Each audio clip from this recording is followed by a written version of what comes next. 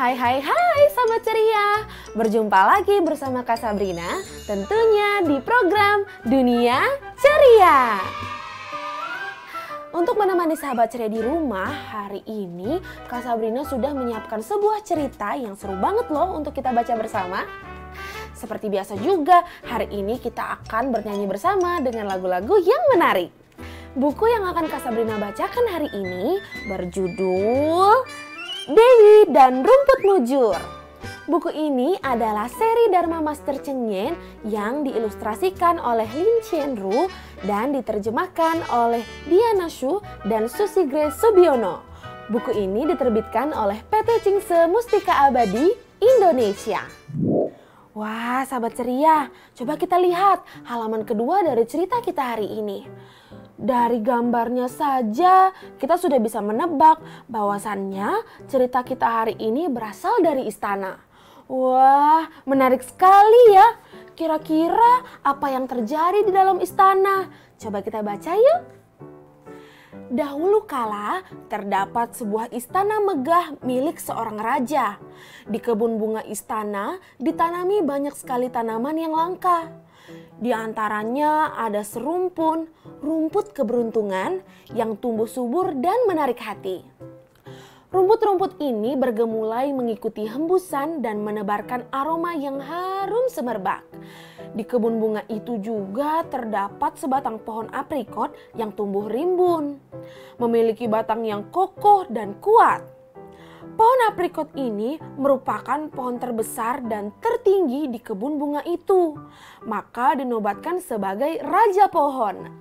Wah, sahabat ceria, ternyata di kebun bunga istana itu ada pohon aprikot yang sangat besar. Sahabat ceria di rumah sudah pernah belum melihat pohon aprikot? Sama berarti dengan Kak Sabrina. Kak Sabrina juga belum pernah melihat pohon aprikot itu. Yang pasti pohon aprikot itu tumbuh subur di kebun istana. Wah. Pada suatu hari penghuni istana melapor kepada raja bahwa aula hanya ditopang oleh sebatang tiang tunggul berukuran besar. Dikhawatirkan akan runtuh karena sudah berusia sangat tua. Karenanya, raja menunjuk seorang tukang kayu untuk membuat sebuah tiang kayu pengganti menggunakan bahan kayu terbaik. Tukang kayu berusaha mencari ke berbagai tempat di dalam kerajaan, namun tidak menemukan pohon yang cocok untuk dijadikan tiang. Belakangan, dia menemukan pohon aprikot yang tumbuh di kebun istana yang paling sesuai. Meskipun pohon aprikot ini diberi nama Raja Pohon dan sang raja sangat menyukainya, tetapi aula adalah bangunan yang sangat bernilai. Setelah mempertimbangkan masak-masak, raja memutuskan untuk menebang pohon aprikot itu. Wah, sahabat ceria, bagaimana ini? Pohon aprikot itu akan segera ditebang. Kasihan sekali dia. Raja, jangan ditebang pohon aprikot itu. Pasti masih ada cara lain. Benar kan sahabat ceria? Orang zaman dahulu percaya bahwa semua tanaman, rumput, dan pepohonan dihuni oleh dewa dan dewi. Oleh karena itu, tukang kayu mempersiapkan sesajen buah-buahan untuk menyembah dewa pohon aprikot. Dia juga berdoa dengan berkata, "Karena aula akan segera roboh, maka dengan terpaksa besok kami akan menebangmu untuk dipergunakan sebagai tiang penyangganya. Maafkan kami." Setelah menyembah sekali lagi, tukang kayu ini pun pulang ke rumah. Dewa di pohon aprikot ini adalah seorang dewi. Mendengar dirinya sudah akan ditebang, sang dewi aprikot sangat sedih dan menangis terus-menerus. Para dewa pohon yang ada di sekitarnya menghela nafas dan turut bersedih. Namun mereka semua tidak menemukan cara untuk membantu.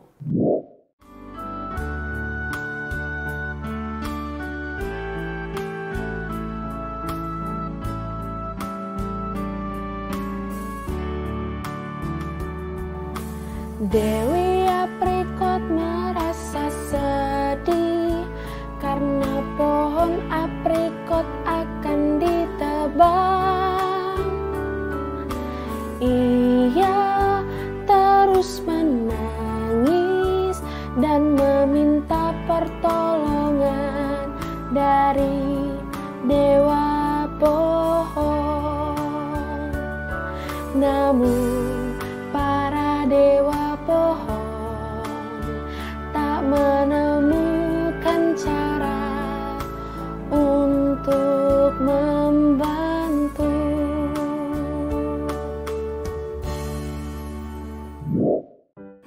Sahabat ceria, Dewi Aprikot sangat bersedih karena pohon aprikot akan segera ditebang. Dan juga para dewa pohon di sekitarnya tidak bisa membantu banyak. Lalu, apa yang bisa kita lakukan ya untuk dapat menolong Dewi Aprikot? Apakah pohon aprikot itu akan benar-benar ditebang atau tidak? Dewi Aprikot sangat baik dan akrab dengan Dewa Rumput Keberuntungan. Pada malam itu juga, Dewa Rumput Keberuntungan mengundang dan mengumpulkan banyak sekali hewan serangga. Meminta mereka membawa gumpalan tanah dengan mulut mereka. Lalu ditempelkan di atas permukaan batang pohon aprikot. Membuat seluruh batang pohon aprikot terdapat banyak sekali gundukan-gundukan kecil yang terbuat dari tanah. Terlihat seakan-akan telah terserang oleh hama. Wah, sahabat ceria, ternyata ini adalah Dewa Rumput Keberuntungan. Dan sepertinya Dewa Rumput Keberuntungan ini memiliki cara untuk dapat mempertahankan pohon aprikot agar tidak ditebang. Tapi kira-kira apakah rencananya akan berhasil ya sahabat ceria?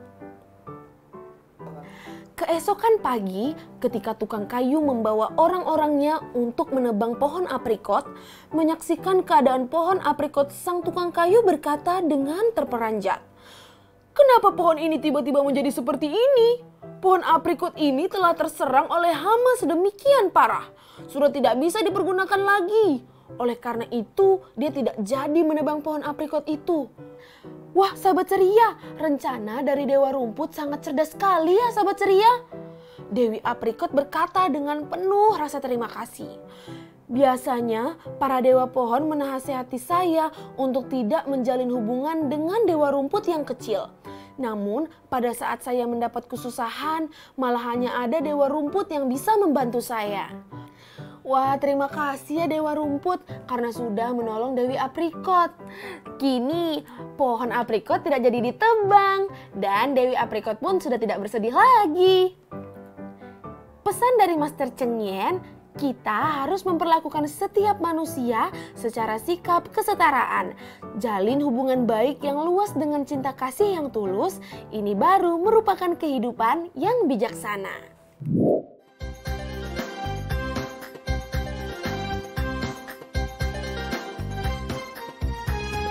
Dewi Aprikot merasa senang, pohon aprikot tidak jadi ditebang.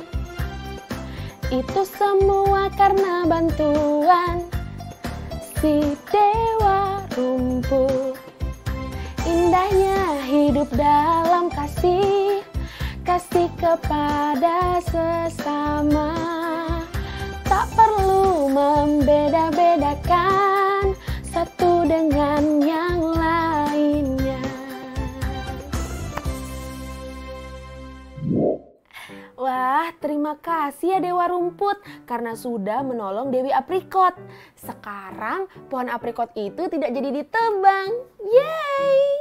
Bagaimana sahabat ceria? Cerita kita hari ini sangat seru sekali kan? Nah, dari cerita kita hari ini, kita mendapatkan pelajaran baru bahwasannya kita tidak boleh menilai orang dari penampilannya saja. Karena kita tidak pernah tahu seperti apa sifat mereka sebelum kita mengenal mereka. Ya, tidak terasa 15 menit sudah Kak Sabrina menemani sahabat ceria di rumah. Itu artinya dunia ceria harus pamit. Tapi Kak Sabrina mau mengingatkan untuk sahabat ceria di rumah, yuk luangkan waktu untuk membaca buku setiap hari. Minimal 15 menit sehari ya, oke? Sahabat ceria tidak perlu sedih karena kalian masih bisa loh menonton kembali tayangan-tayangan dari Dunia Ceria di YouTube channelnya Dunia Ceria Dai TV. Jangan lupa di like, komen, dan juga subscribe ya. Oh iya, follow juga Instagramnya Dunia Ceria di @duniaceria_DaiTV. Sebelum berpisah, seperti yang Kak Sabrina bilang di awal, bahwa Kak Sabrina punya pertanyaan untuk sahabat ceria di rumah. Sudah siap?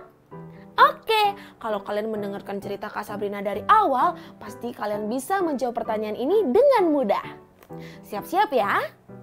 Pertanyaannya adalah, pohon apa yang akan ditebang oleh raja?